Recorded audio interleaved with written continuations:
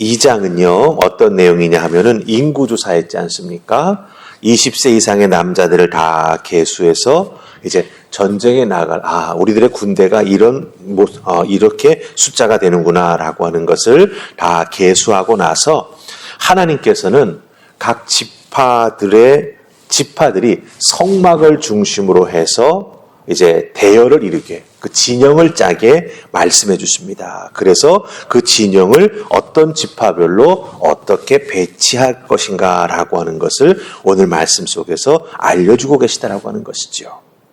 그래서 2장의 내용을 제가 여러분들에게 간략하게 설명을 해드릴 테니까 한번 잘 기억해 주시면 좋겠습니다.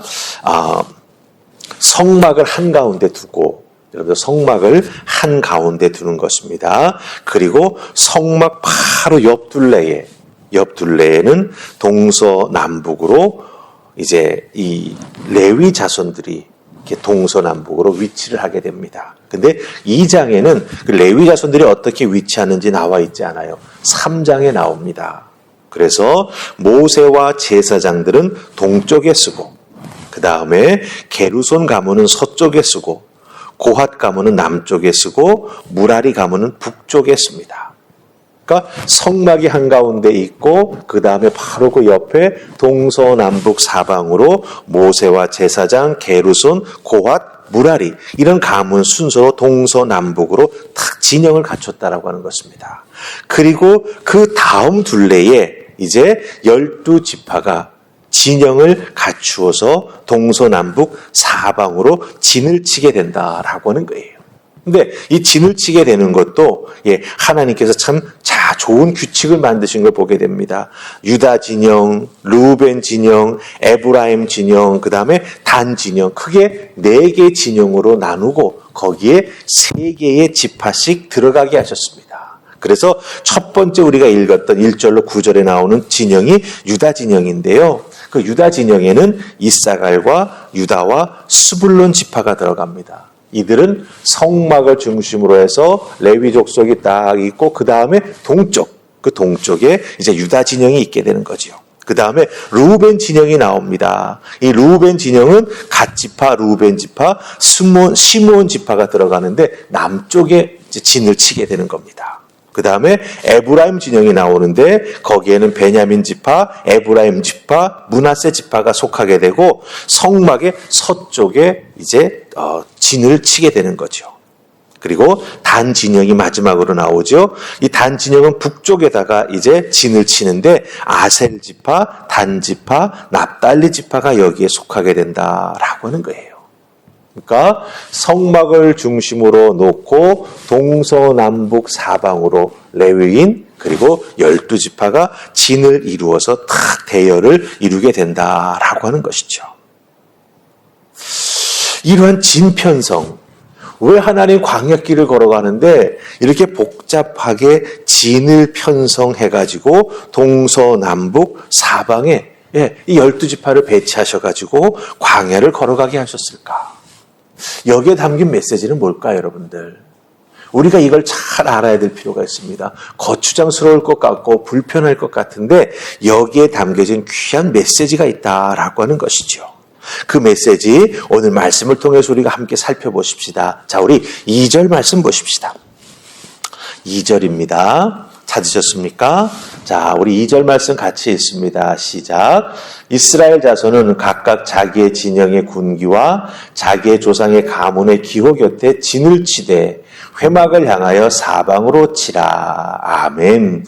자, 2절에 여러분들 기호 곁에 진을 치되 여기까지만 보면은요 깃발에 따라서 깃발이 어느 조상 어느 자손의 집이라는 걸 보여준단 말이에요. 그럼 그 깃발 주변으로 진을 치라 이렇게 말하고 있습니다. 그렇게 되면은 좀 질서가 무너질 수도 있죠. 그냥 그 깃발 옆에 다닥다닥 붙어 있을 수 있으니까. 그런데 여기에 하나님께서 질서를 주십니다.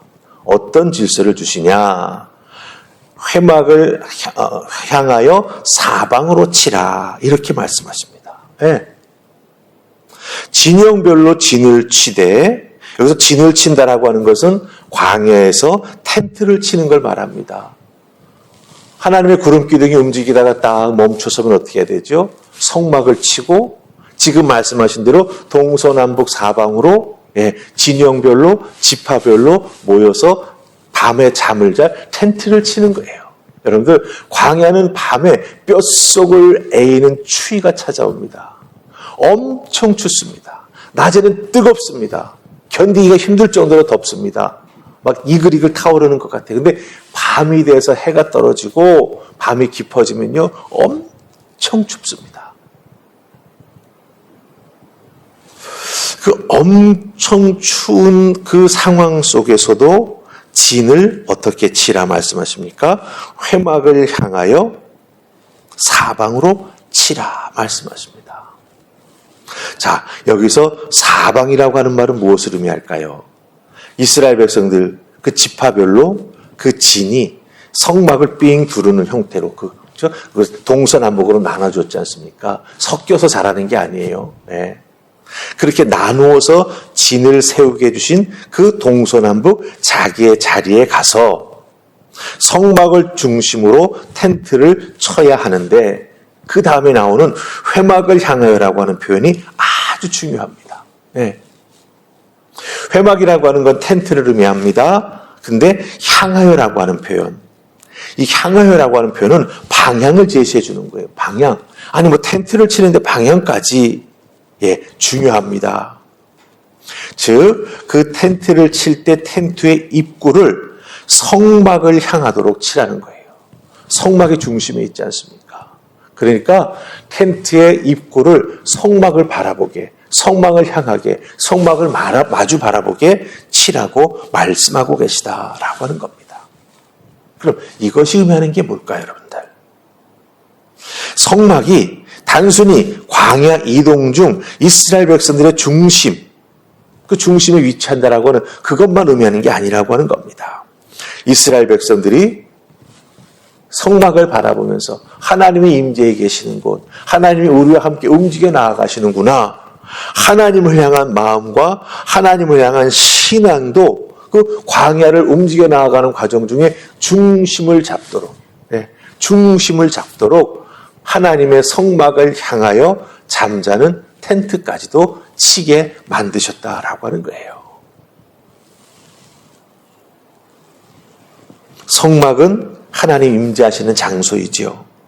특별히 출애굽기 25장 8절 말씀을 보면은 하나님께서 성막을 만들라고 하셨을 때 뭐라고 말씀하셨냐면, 내가 그들 중에 거할 성소를 지으라 말씀하셨습니다. 내가 그들 중에 거할 성소를 지어라. 그리고 출애굽기 25장 22절 보면은요, 그 성막은 두 장소로 나누어지거든요. 성소와 지성소.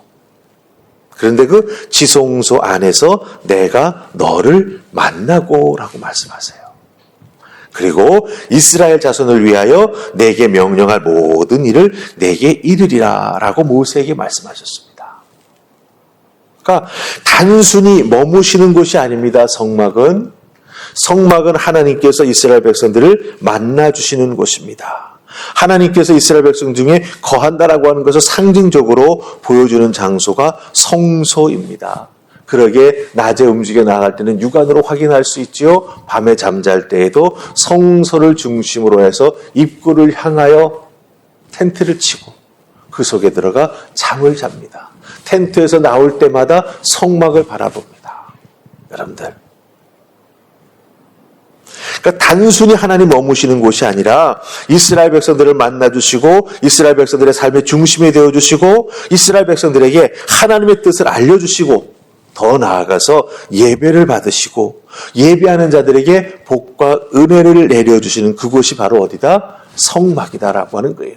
그 성막을 자나깨나 중심으로 여기며 살아가는 하나님의 자녀들이 되라, 이렇게 말씀해 주고 계시다라고 하는 거죠. 그래서 2절에서 사방으로 회막을 향하여 사방으로 치라, 이렇게 말씀하시는 것을 우리가 보게 된다라고 하는 것이죠.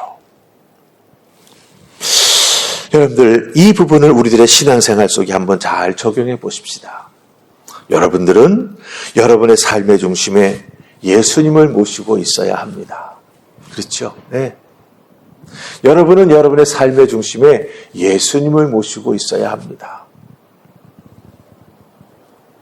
또한 주님을 향하여 마음의 문을 열어놓고 주님을 만나고 주님의 음성을 듣고 주님 앞에 나아가 여러분의 뜻을 나누고 하는 그런 귀한 신앙의 모습이 있어야 된다라고 하는 것이죠.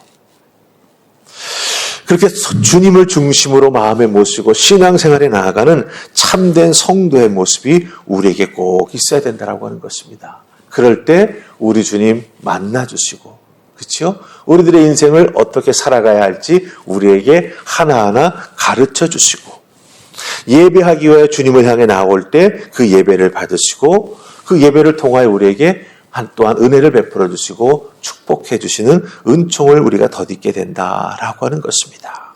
그러게 여러분들, 옛날 우리 믿음의 어르신들이 교회 중심으로 신앙생활해야 돼, 교회 중심으로 신앙생활해야 돼 라고 말씀하셨던 것이 그냥 말씀하신 게 아니라고 하는 거죠. 이런 성경의 말씀, 그 말씀을 준용해 보니 은혜 받고 축복받은 인생을 살았다라고 하는 것, 그러기에 우리들에게도 주의 성전 중심으로 살아가야 된다라고 말씀하신 것을 보게 됩니다. 즉 하나님의 성전을 향하여 우리의 마음의 문을 활짝 열고 언제나 주님을 만나며, 그렇죠? 주님께 나아가 기도하며 주님을 섬겨 나아가는 아름다운 성도가 될 때 어떻게 되겠습니까? 우리는 주의 몸된 교회를 함께 아름답게 세워나가는 주님의 지체가 다 된다라고 하는 것을 기억하시고, 오늘 여러분의 삶의 상황 속에서도 주님을 여러분의 삶의 중심에, 그리고 여러분의 삶의 터전을 회막을 향하여 하나님을 마주 바라보면서 여러분의 삶의 터전을 잘 세워나가신 은혜가 있기를 주님의 이름으로 축복합니다. 아멘. 우리 기도하십시다. 좋으신 하나님 은혜 감사합니다. 오늘 주신 말씀 통하여 이스라엘 백성들 광야에서 성막을 중심으로 어떻게 진을 꾸려야 할지, 또 어떻게 잠을 자야 할지, 또 어떻게 움직여 나아가야 할지 알게 해주셨습니다. 그 모습을 통해서 우리들이 이 땅에서 어떤 모습으로 신앙생활에 나아가야 할지 깨달아 알게 해주시니 주님 감사합니다. 혹여 내가 주님 중심으로 생활에 나가고 있지 못한 것은 아닌지 돌아보게 하여 주시옵시고, 주님을 향하여 마음의 문을 활짝 열게 하시고 늘 주님 바라보는 믿음의 사람이 될 수 있도록 하늘의 은혜를 덧입혀 주시고, 그러게 주님과 동행하며 주님과 만나며 주님과 대화에 나아가는 우리 모두가 되게 하여 주시옵소서. 오늘도 주님과 동행하는 하늘의 은혜가 우리에게 충만히 임할 줄 믿사옵고 예수님 이름으로 기도하옵나이다. 아멘.